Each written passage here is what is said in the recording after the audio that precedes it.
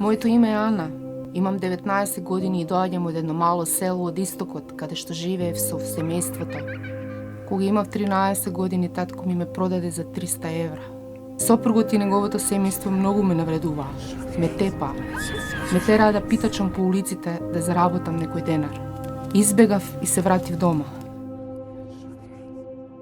Татко ми повторно ме продаде за пари, а тој мојот маж ме тераше да имам сексуални односи со повеќе мажи за пари. Парите ги собираше тој. Рече дека платил за мене 500 евра и дека морам да ги заработам тие пари. Бев заробена во една соба. Тој контролираше кога ќе јадам, спијам, кога ќе одам во тоалет. Веќе не памтам колку мажи поминаа низ таа соба. Еден ден собрав храброст и кога тој беше на пазар, избегав и отидов во полиција. Таму им раскажав што ми се случуваше. Ти ме однесе на безбедно место во прифатилиште.